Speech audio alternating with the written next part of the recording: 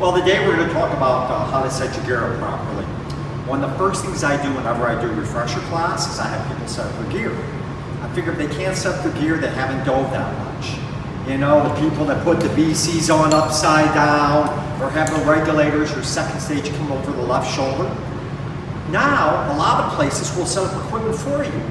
Do you really want them setting up your equipment, your life support equipment? I don't think so. So let's talk about equipment setup. The first thing you want to do, every BC is a little different, so I'm just going to do a standard BC. First thing I do is undo the Velcro. I might get a little wet. I'll slide it down on the tank. And what I do is make sure the opening in the valve, because I've already checked for an O-ring, I make sure it's facing the backpack. I snap that tank in nice and tight, and I make sure it doesn't slide. Now here's where we're a little different. Depending on the type of gear you have, I like 3 fingers from the curvature where the top of the band should set. Why?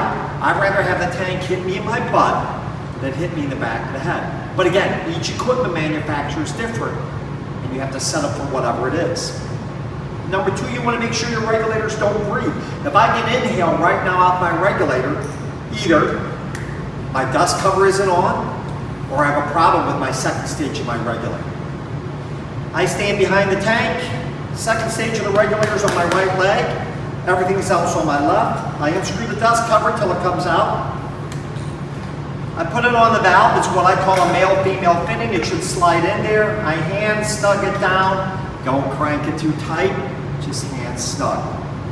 I take my power inflator hose. I pull back and I push that on. I make sure that clicks in place, that the hose doesn't come off. Here's another one. You gotta put that line in there, power inflator hose line, and you wanna make sure you Velcro it down.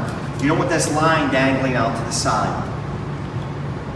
What I do at that point in time is I grab my second stages and my main stage, second stage, my octopus, my gauges. I turn my air all the way on till it stops. The old school of thumb used to be take it back a quarter of a turn, but I've seen people actually turn their tanks almost all the way out, not paying attention. So I like to turn the tank all the way on. I check my air, see how much air I have, always do that. I check my power inflator, make sure it works. Then I take my regulators and I breathe out those regulators. If you have your own equipment, you've already tested your regulators. But if you're renting gear, you want to test those regulators at the dive store, not 7 miles out in the ocean ready to go diving. Most BCs today will have some place to put the octopus and some place to do the gauges. So again, we're a big believer owning your own equipment, you want to make sure your gauges are put in properly and your octopus is put in properly. You don't want this stuff dangling out to the side, damaging the reef. When you're done diving, you bring your gear up. First thing you're going to do is turn your air off.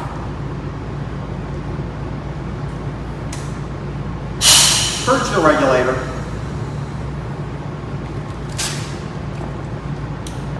Unhook the power inflator hose.